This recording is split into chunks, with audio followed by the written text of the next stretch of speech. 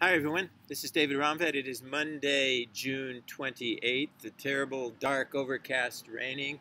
I have to say though that I am very heartened in the last number of weeks by a great outpouring in the United States of activity on behalf of social justice, racial equity, and moving forward to perhaps attain some of the things that we hope a democracy can give to us. So today, this is the day of the schedule that I have of reading things, to read a poem by another poet. And I want to read one by the poet June Jordan, a poet I admired very much. She was born in 1936 in Harlem, died in 2002 in Berkeley, California, where for many years she had been a professor of English at the University of California, Berkeley.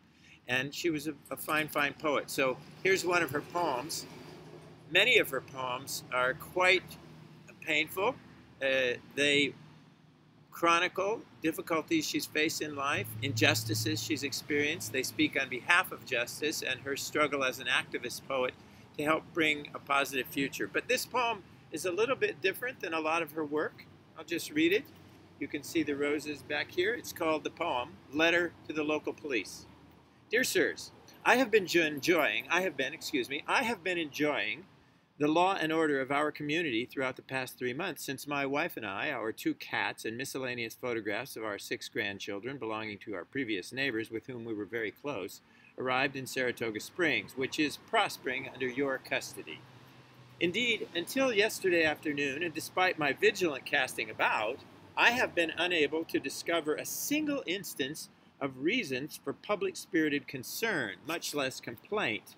You may easily appreciate, then, how it is that I write to your office at this date with utmost regret for the lamentable circumstances that force my hand. Speaking directly to the issue of moment, I have encountered a regular profusion of certain unidentified roses, growing to no discernible purpose and according to no perceptible control, approximately 1/4 mile west of the Northway on the southern side. To be specific, there are practically thousands of the aforementioned abiding in perpetual riot of wild behavior, indiscriminate coloring, and only the good Lord himself can say what diverse soliciting of promiscuous cross-fertilization. As I say, these roses, no matter what the apparent background, training, tropistic tendencies, age, or color, do not demonstrate the least inclination toward categorization, specified allegiance, resolute preference, consideration of the needs of others, nor any other minimal traits of decency. May I point out that I did not assiduously seek out this colony, as it were, and that these certain unidentified roses remain open to viewing even by children with or without suitable supervision. And my wife asked me to append a note as regards the seasonal but nevertheless seriously licentious phenomenon of honeysuckle under the moon that one may apprehend at the corner of Nelson and Main. However, I have recommended that she undertake direct correspondence with you as regards this, yet another civic disturbance in our midst.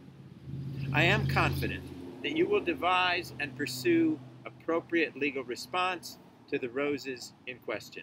If I may aid your efforts in this respect, please do not hesitate to call me into consultation. Respectfully, yours. There's today's poem by June Jordan.